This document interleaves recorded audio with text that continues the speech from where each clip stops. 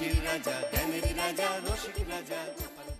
আরে আমরা যেন মহারাজের কাছে ফেল না, কিছু একটা করতেই হবে। আমার মাথাটা গরম হয়ে যাচ্ছে। গোপালের মতন রাজসভার ময়লাকে যতক্ষণ না ফেলা যাচ্ছে ততক্ষণ আমার মাথা জ্বলন্ত কয়লা হয়েই জ্বলবে। পণ্ডিত মশাইয়ের মাথায় একটা বুদ্ধি আছে মন্ত্রী মশাই। আপনি যদি সেই অনুযায়ী উঁচির কাজ করেন তাহলে বেটা গোপালের কপালে দুর্গতির সীমা থাকবে না। এই কি বুদ্ধি, কি বুদ্ধি? আপনি বরং এই ব্যাপারে পণ্ডিত মশাইয়ের সাথে একবার আলোচনা করে নিন। আমি চলি, কেমন? আমি চলি। হ্যাঁ হ্যাঁ, এসো এসো এসো এসো।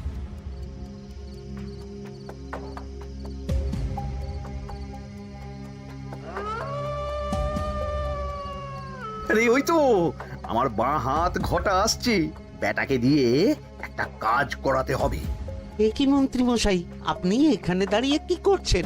এই একটা গুরুত্বপূর্ণ ব্যাপারে কথা বলছিলাম। একটা একটা কাজ করতে পারবি? কি কাজ করতে হবে বলুন মন্ত্রী মশাই। আমাকে একটু ঠান্ডা জল, পাতিলেবু আর পুদিনার পাতা দিয়ে শরবত বানিয়ে খাওয়াতে পারবি? সেসব আমার ঘরে ব্যবস্থা করাই আছে। চলুন চলুন, আমার সাথে চলুন। হ্যাঁ হ্যাঁ, চল চল চল চল চল।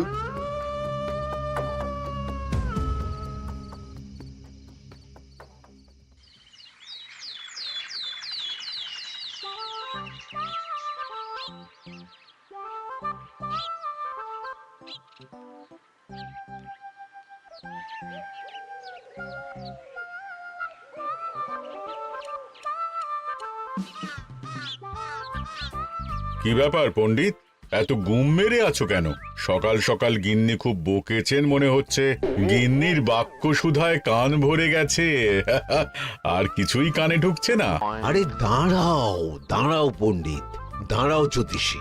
পণ্ডিত তো আমার কথা শুনতেই পেল না মনে হচ্ছে। তুমি তো দূর থেকে বলেছো, আমি তো বলেছি পাশ থেকে, তাতেও শুনতে পাইনি। কানের পোকা হলো নাকি? কি গো পণ্ডিত, ব্যাপার কি? কেমন বুঝছো? এ তো ভয়ানক কর্ণকোষ্ঠবদ্ধতার লক্ষণ। তুমি কচু বুঝেছো? আমার হয়েছে কর্ণগোপাল, তোমাদেরও হতো, কিন্তু তোমাদের দোকান কাটা বলে হয়নি। তুমি আমাদের অপমান করছো। তোমাদের অপমান বোধ থাকলে কোনো শব্দই কানে ঢুকতো না, শুধু একটাই শব্দ কানে বাজতো, গোপাল গোপাল গোপাল। এবারে রাজসভায় কিভাবে হেনস্থা হতে হলো মনে নেই?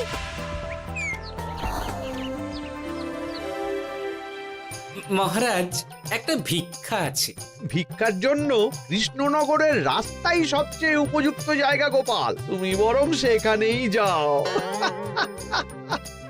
মন্ত্রী, মন্ত্রী মশাই ঠিকই বলেছেন মহারাজ। যে যার নিজের জায়গা থেকে কথা বলে। কুকুর বলে ভৌ ভৌ, বেড়াল বলে মিউ মিউ, কাক বলে কা কা। মন্ত্রীর ভিক্ষার জায়গা কৃষ্ণনগরের রাস্তা, আর গোপালের ভিক্ষার জায়গা মহারাজ কৃষ্ণচন্দ্রের দুয়ার। বলো কি ভিক্ষা?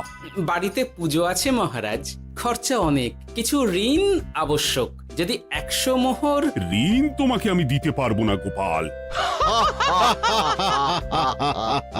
পুজো উপলক্ষে তোমাকে আমি 100 মোহর দিলাম। মহারাজ, আমিও ঠিক এই কথাটাই বলতে যাচ্ছিলাম। আমরাও তাহলে বাড়িতে পুজো করব। পুজোর জন্য আমাদের অনেক খরচ, তাই যদি... অবশ্যই অবশ্যই, কত ঋণের প্রয়োজন খাজাঞ্চির কাছ থেকে নিয়ে নিও, সুদটা আমি মাফ করে দিলাম। মহারাজ, গোপালকে দান আর আমাদের ঋণ? হ্যাঁ, কারণ তোমরা নিজেরা খাবে, কিন্তু গোপাল অন্যদের খাওয়াবে। গোপালের মতো মানুষের সঙ্গে থাকাই হলো রাজধর্ম। কিন্তু তাছাড়াও তোমরা হলে 80 যাই বেতন পাই দলের লোক। গত 1 বছরে তোমার কোন মন্ত্রণা দেশের কাজে এসেছে? পণ্ডিত কোনো নতুন তত্ত্ব শুনিয়েছে? জ্যোতিষী কোনো অমোঘ ভবিষ্যৎবাণী করেছে? আর বৈদ্য 3 বছর ধরে আমার হাঁটুর ব্যথা সারাতে পারেনি। কিন্তু গোপাল, গোপালের ভাঁড়ে হাস্যরসের কখনো অভাব হয়নি। মনে আছে? আছে। কিন্তু করার তো কিছু নেই। আছে। কিছু ভেবেছো নাকি পণ্ডিত? তোমাদের মনে আছে মহারাজ মোহর দেওয়ার পর গোপাল সেদিন বলেছিল, কি গোপাল, খুশি তো? মহারাজ, আপনি আমাকে এক মুঠো ধুলো দিলেও আমি খুশি। সেই ধুলো মুঠোই আমি সোনা মুঠো করে ফেলবো। মনে নেই আবার? একটু ঝেড়ে কাশো তো দেখি পণ্ডিত, কি ভেবেছো? যা হবে দেখতেই পাবে।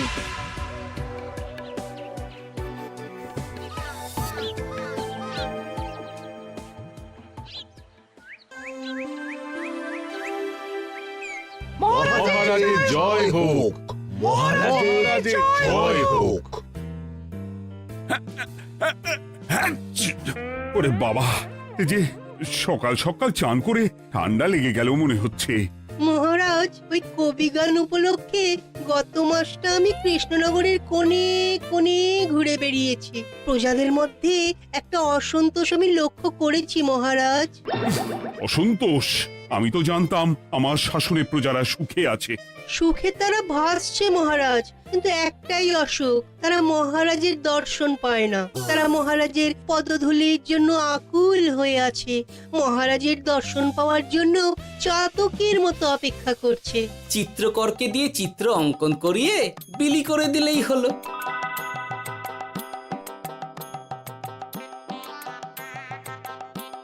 খুব ধুলো হয়েছে মহারাজ, কিন্তু এত ধুলো। কালকের ঝড়ে ঢুকেছে। ঝাড়ুদার,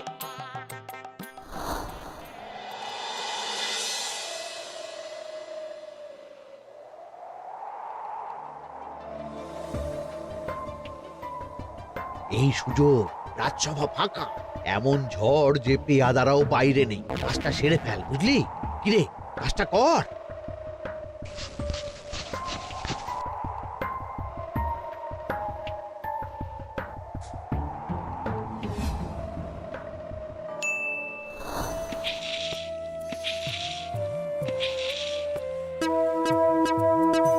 এত ধুলো! উফ, মহারাজ, কাল ঝড়টা বড় সাংঘাতিক হয়েছিল। তা বটে। আচ্ছা গোপাল, তুমি বলেছিলে মহারাজ তোমাকে এক মুঠো ধুলো দিলেও সেটা সোনা হয়ে যাবে। এখনো সেই কথাই বলছি। মন থেকে বলেছিলে না মহারাজকে তেল দেবার জন্য? তেল দেওয়ার দায়িত্বটা তো আপনি নিজের কাঁধেই নিয়ে ফেলেছেন। আমি যা বলি সত্যি বলি। আজ যদি এই 4 ঝুড়ি ধুলো মহারাজ তোমাকে উপহার দেন, তখনও একই কথা বলবে? নিশ্চয়ই। মহারাজ, গোপালকে এই 4 ঝুড়ি ধুলো দেওয়ার হুকুম হোক। কি গোপাল, আমি তোমাকে যদি এই ধুলোর ঝুড়িগুলো দিই, তা থেকে সোনা আসবে নাকি?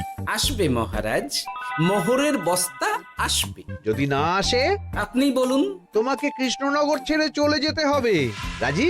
আর যদি আমি পারি, তাহলে আপনাকে এই মন্ত্রীর চাকরি ছেড়ে দিতে হবে। কি রাজি? কি মন্ত্রী, রাজি? রাজি। গোপাল? রাজি মহারাজ। আচ্ছা, আর কেউ মন্ত্রীর পক্ষে বাজি ধরেছেন নাকি? হ্যাঁ, আমি আমি আমি আমি ও গোপাল এবার যে মরণ কুয়োতে ঝাঁপিয়েছে, সেখান থেকে আর উঠে আসতে পারবে না। ধুলো থেকে মোহরের বস্তা আসবে, এ হচ্ছে ওই গোপালের উন্মাদ রোগের শুরু। দেমাক দেমাক, মহারাজের পিঠ চাপড়ানি পেয়ে পেয়ে গোপাল ভেবেছে যে ও সব কিছু করতে পারে। এবার শুধু সেই দিনটার অপেক্ষা, যেদিন গোপালকে উল্টো গাধায় চড়িয়ে কৃষ্ণনগর থেকে বার করে দেব। এতটা নিশ্চিন্ত হবেন না মন্ত্রীমশাই। গোপাল গোপাল কিন্তু হালকা কথা ছুঁড়ে দেওয়ার লোক নয়। কি বলতে চাইছো পণ্ডিত? ওই 4 ঝুড়ি ধুলো থেকে মোহরের বস্তা আসবে? না, তা বলছি না। অন্য জায়গা থেকেও তো মোহরের বস্তা আসতে পারে। তার সঙ্গে ধুলো মিলিয়ে দিলেই কেল্লা পথে। গোপালের নিশ্চয়ই কোনো পরিকল্পনা আছে। গোপালের সব পরিকল্পনার গোড়া মেরে রেখে দিয়েছি পণ্ডিত। ঘটা আছে গোপালের পেছনে, আর ঘটা আছে গোপালের বাড়ির পাহারা। লুকিয়ে কিচ্ছু করতে পারবে না। আরে ওই তো বটা আসছে। বেল্লিক, উল্লুক, তোকে আমি জল বিছুটি দেওয়াবো। গোপালকে ছেড়ে চলে এসেছিস কেন? ছেড়ে আসবো কেন মন্ত্রী মশাই? গোপালকে ওর বাড়ির সামনে ছেড়ে এসেছি। ওখানে তো ঘটা আছে। ও বড্ড ঘুরিয়েছে বেটা। কোথায় কোথায় গিয়েছিল গোপাল? 4 ঝুড়ি ধুলো নিয়ে বেটা বাড়ির উল্টো দিকে হাঁটা দিল। চললাম পিছু পিছু। যাচ্ছিল কোন দিকে? নদীর দিকে, কিন্তু গোপাল দাঁড়ালো যদুর বাড়ির সামনে। এই যদু হলো সেই লোক যে লোকজনের বাড়িঘর কেনা বেচা করে আর লোক ঠকায়। আগে রাজধানীতে থাকতো। বেটা রাজধানী থেকে এই কৃষ্ণনগরে পালিয়ে এসেছে, এখানেও লোক ঠকাচ্ছে, কিন্তু বেটা এত চালাক যে কিছুতেই ধরা যাচ্ছে না। এইরকম লোককে ধরাচ্ছে হাতে রাখা ভালো নয় কি মন্ত্রী মশাই? সে তো জানি, কিন্তু ওর ওপর মহারাজের কড়া নজর আছে। এখন ওর সঙ্গে সম্পর্ক রাখা খুব ঝুঁকি। যাই হোক, তারপর হ্যাঁ, তারপর যদু, যদু রে, গোপাল খুড়ো, আরে তুমি এখানে কি করছো? দেখতেই তো পাচ্ছিস ধুলো, তবে যে সে ধুলো নয়, মহারাজ কৃষ্ণচন্দ্রের পদধূলি। শুনিসনি বোধহয় এখন কৃষ্ণনগরে সবচেয়ে বেশি চাহিদা মহারাজের পদরেণুর। আচ্ছা, মহারাজের পদরেণু নিয়ে যাচ্ছ কোথায়? এই ছোট ছোট পুলিন্দায় ভরে কৃষ্ণনগরের প্রত্যন্ত জায়গায় যেখানে প্রজারা মহারাজের সাক্ষাৎ পায় না সেখানে বিক্রি করব। তোমার কি মাথা খারাপ? পায়ের ধুলো বিক্রি হবে? ওরে, গতবারে মাত্র 1 ঝুড়ি ধুলো 1000 মোহরে বিক্রি করেছিলাম, এবারে 4 ঝুড়ি। শোনো, তুমি আবার ঘুরে ঘুরে বিক্রি করবে কেন? তোমাকে আমি বরং 10 মোহর দিয়ে দিচ্ছি, তুমি আমাকে এগুলো দিয়ে দাও, আর বিক্রি করে যা হবে তোমাকে এই 40 ভাগ দিয়ে দেবো। ওই 10 মোহরে বদমাস যদুকে ধুলো বেচে গোপাল বাড়ির দিকে চললো। বাড়ির সামনে অব্দি পেছনে পেছনে গিয়ে তারপরে এই আপনাদের কাছে আসছি। বলিস কি রে, ধুলো বেচে 10 মোহর? ও মন্ত্রী মশাই, গোপাল তো একেবারে নাড়ি ধরে টান মেরেছে। গেল রাজসভায় এমন সুখের চাকরিটি গেল, এবার আবার রাস্তার ধারে গিয়েই বসতে হবে। এবার নবাবের দরবারে জায়গা আছে কিনা খোঁজ করি গিয়ে। তাত্তেরি 10 মোহর আর 1 বস্তা মোহরের মাঝখানে অনেক রাস্তা, সেই রাস্তায় আমি লোক বসিয়ে রাখবো। আরে আরে, ওই তো তোমার ঘটা আসছে। এই, তুই গোপালের ঘরের পাহারা ছেড়ে এলি কেন? গোপাল নেই নেই নেই নেই নেই নেই।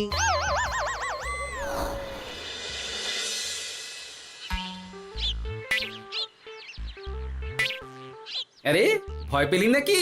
না না না না না, ভয় পাবো কেন? শোন, তোকে পেয়ে আমার খুব ভালো হলো বুঝলি। তোকে আমার একটা কাজ করতে হবে। বলো বলো। আসলে বুঝলি, আমার না গিন্নিকে নিয়ে তার বাপের বাড়ি যাওয়ার কথা ছিল, কিন্তু হঠাৎ বিশেষ কাজে আমাকে খামবাজে চলে যেতে হচ্ছে। এখন আমি গিয়ে গিন্নিকে বললে বুঝতেই পারছিস কুরুক্ষেত্র হয়ে যাবে একেবারে। তাই আমি কাউকে খুঁজছিলাম যে আমার বাইরে যাওয়ার খবরটা আমার গিন্নিকে গিয়ে দেবে। তুই পারবি বাবা ঘটা? ওরে বাবা, আরে আরে আরে, ভয় পাস না, তোকে গিয়ে মুখে কিছু বলতে হবে না। এই নে, এই চিঠিটা আমার বউকে দিবি।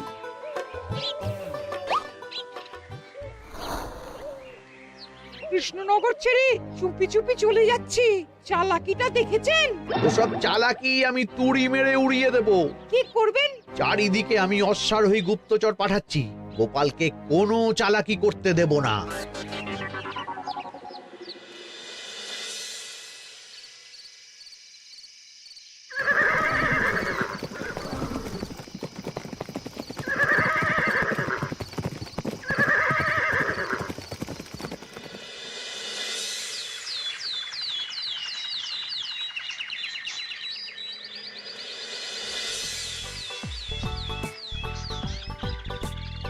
অং বং পিং পং। হ্যাঁ, ওরে বাপ রে, এ আবার কি বলে? মানে বুঝিতে পারিলে না? অং বং পিং পং অর্থাৎ আইসো আমার নিকট বিদেশি জাদু শরবত আছে, ইহাতে তৃষ্ণা নিবারিত হয়, শক্তি বৃদ্ধি হয়, ঘুম ভালো হয়, সম্পর্কের উন্নতি হয়, জামা কাপড় ফর্সা হয়, তু শব্দ না করে সকাল সকাল কষ্ট পরিষ্কার হয়, মূল্য মাত্র 1 মোহর। বোঝো, ওইটুকু অং বঙ্গের মধ্যে এত কিছু? ঠিক আছে, তা দাও দেখি, আপাতত টেস্টটা তো মিটু, বাকিগুলো পরে বোঝা যাবে।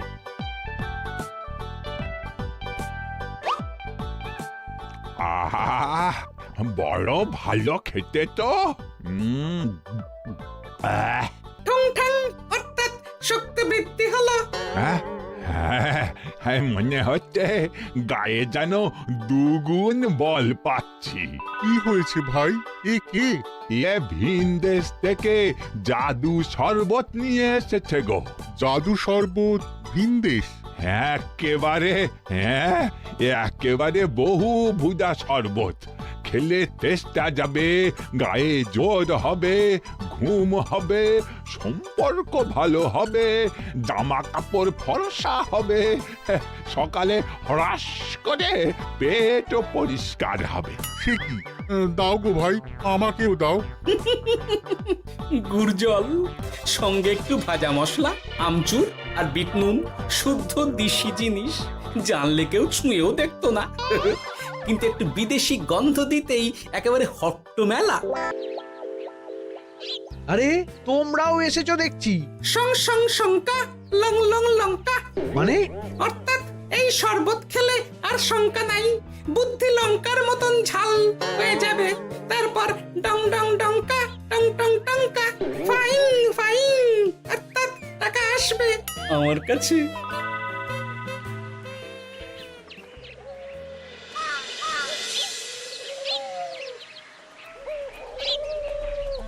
ঝপ ঝপ ছপাং, ভট ভট ফটাং, অর্থাৎ উহাকে দৌড়িয়েছো কেন? বেটা জোচ্চোর অনেককে ঠকিয়েছে। অনেক দিন থেকে তককে তককে ছিলাম। এবার এই ধুলো নিয়ে মহারাজের পায়ের ধুলো বলে বিক্রি করছিল। একটা বেনামি চিঠিতে খবর পেয়ে বেটাকে ধরেছি। ব্যাং ব্যাং বিগ ব্যাং, অর্থাৎ বাহ বাহ বাহ বাহ। বেনামি চিঠিটা আমি দিয়েছিলাম বাবু। বাবা যদু, তুমি সেই রাজধানী থেকে কৃষ্ণনগর অবধি মানুষকে অনেক খোল খাইয়েছো। তুমি এতদিন ঘুঘু দেখে এসেছিলে বাবা, এবার গোপাল নামক ফাঁদটা দেখলে। কতবার বলবো এইসব ধুলো আমি গোপালের কাছ থেকে কিনেছি। যা বলার ওই বিচারের সময় মহারাজকে বলবি। চল চল চল চল চল।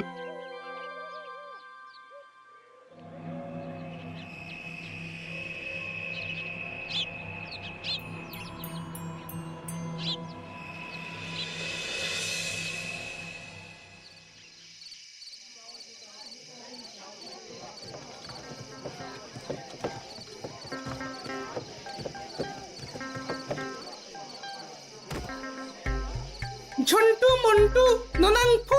নাও ঠেলা। সাহেব বলে কি ফু দিয়ে দিতে হবে? কি বলছো সাহেব? বুঝতে পারছি না, কোথায় ফু দেব? ঝন্টু মন্টু ননাংফু, অর্থাৎ লবণ আছে? আছে আছে সাহেব আছে। কত লাগবে?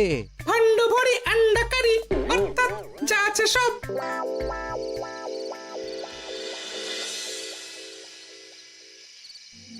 ব্যাস, মোটামুটি আশেপাশে সব দোকানের নুন এখন আমার জিম্মায়। এবার আসল মজা শুরু হবে।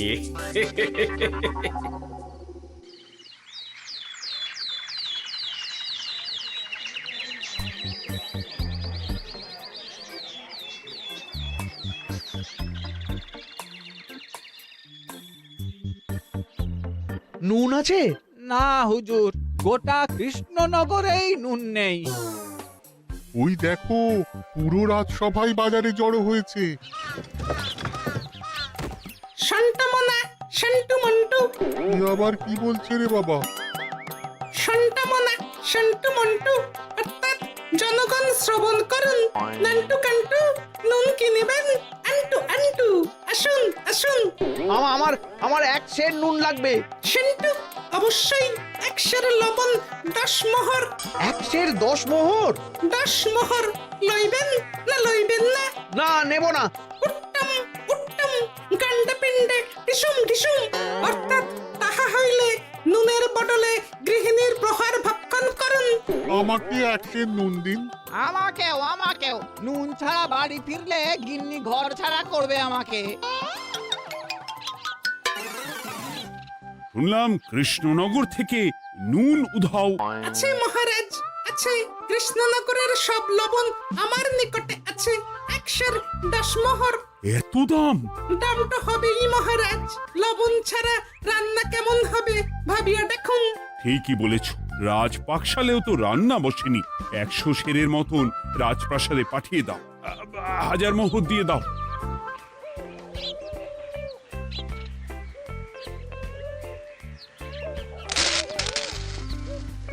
ব্যাস এক বস্তা মোহর হয়ে গেছে। গোপাল, হ্যাঁ মহারাজ, গোপাল, যে 4 ঝুড়ি ধুলো থেকে এক বস্তা মোহর রোজগার করেছে। ইয়া বাত! চলো রাজসভায়, পুরো গল্পটা শুনতে হবে। সকলেই এসো তাহলে রাজসভায়। কিন্তু মহারাজ, যারা বাজি হারলো তাদের তো চাকরি গেছে, তো তারা রাজসভায় যাবে কি করে? ঠিক ঠিক ঠিক বলেছ। আর যারা বাজি হারলো তারা বাদ, বাকিরা চল। এই সেরেছে, গোপাল তো আবার বাজি মেরে দিল। ও মহারাজ, আমাদের দেখুন। ও মহারাজ, আমাদের দেখুন। ও মহারাজ।